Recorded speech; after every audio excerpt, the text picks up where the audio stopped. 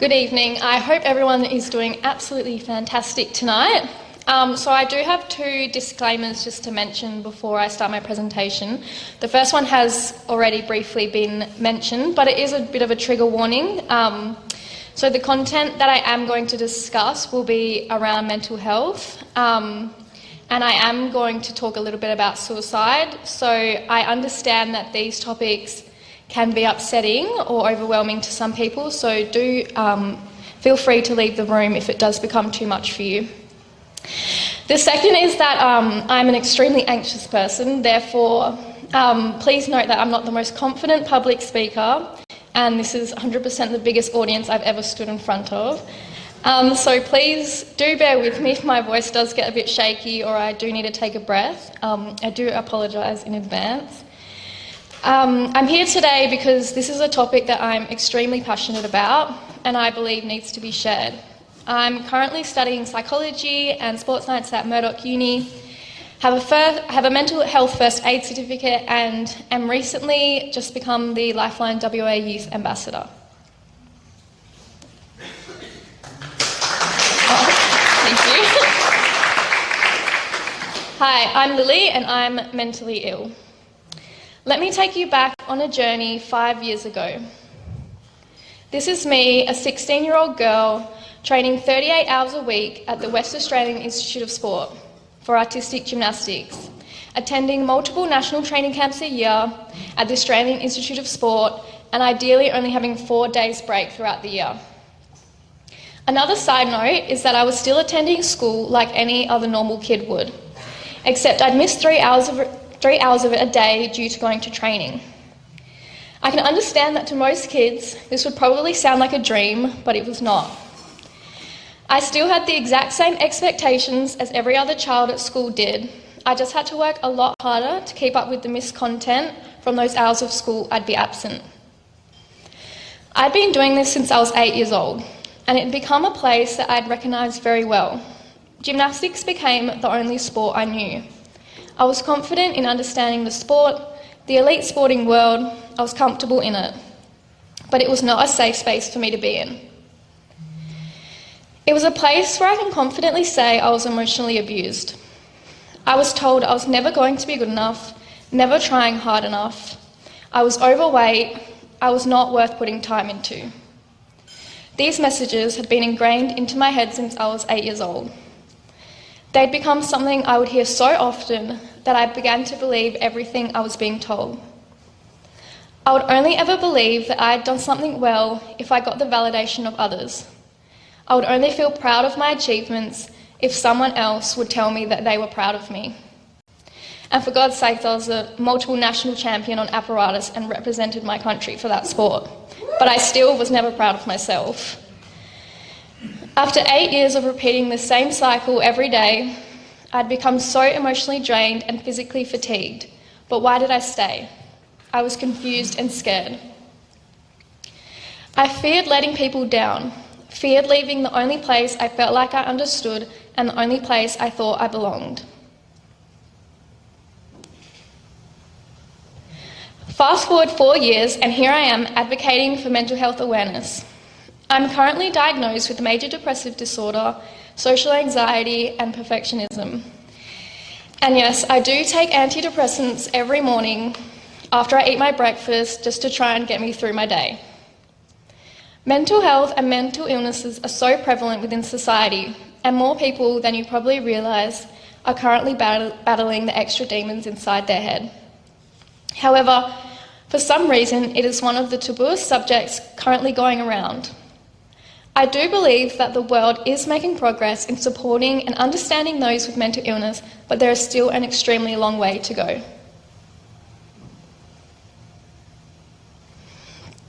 This is where my Instagram page, How to Be Well, began.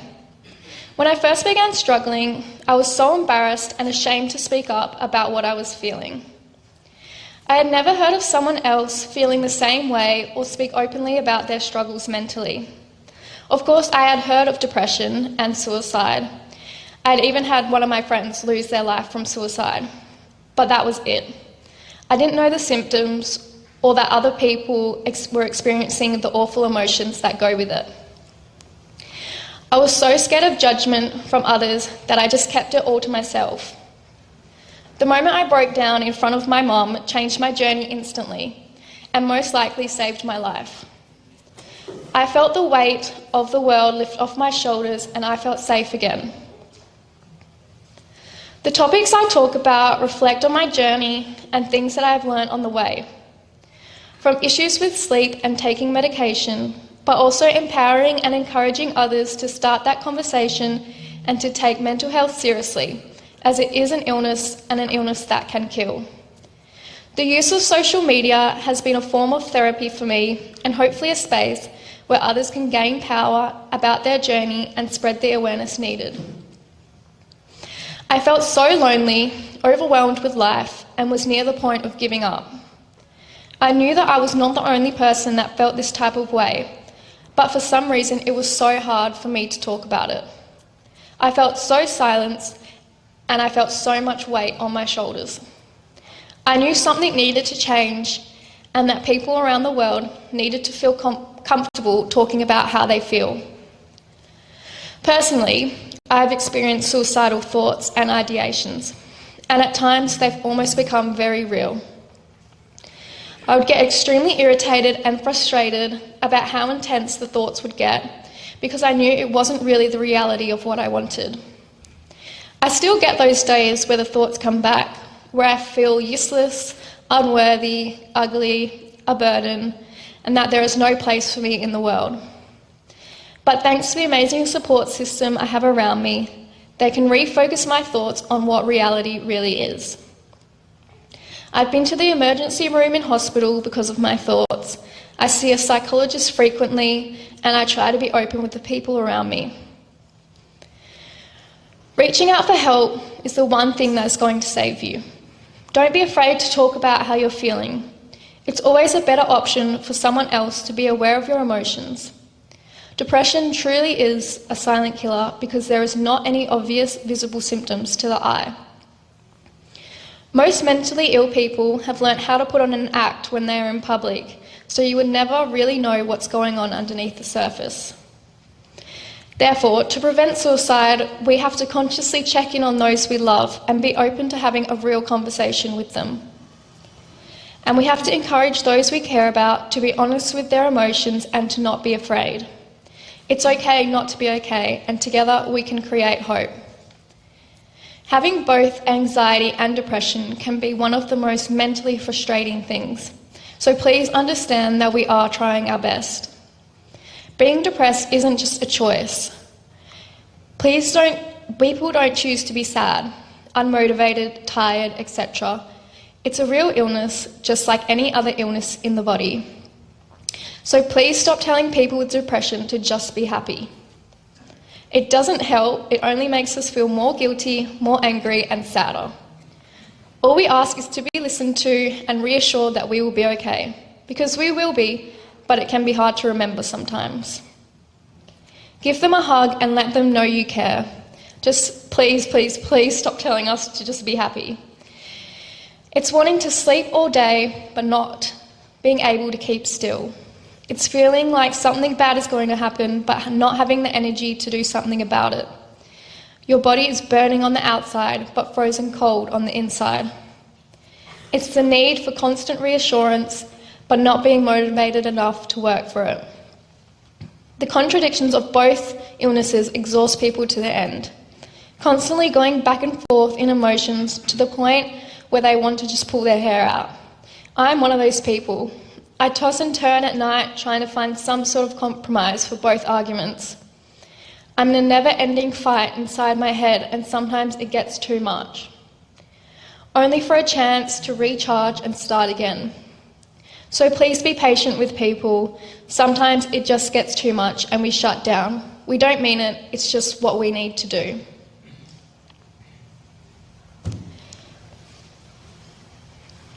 If someone approaches you about their mental health, it can seem like a daunting thing to respond to. So what do? We are never truly taught how to respond or react to someone when they tell you they are depressed or anxious or any other type of feeling. Therefore, creating a society where people are never truly comfortable in how to respond. However, in my opinion, it is an easy thing. Most of the time, it is human instinct to feel like we have to offer advice, but in fact, it is the opposite. Most people dealing with mental health issues just want someone that will listen to them with an open mind and embrace them. It just happens that you are the person that they feel most comfortable to be honest with. So just simply listen to them and offer your support. You don't need to give advice or feel the need to relate to them. All they want is for someone to say, "I'm here for you," or "What do you feel you need right now?" However, you should never promise them that you won't tell someone else. Simple things like this are what they need to hear.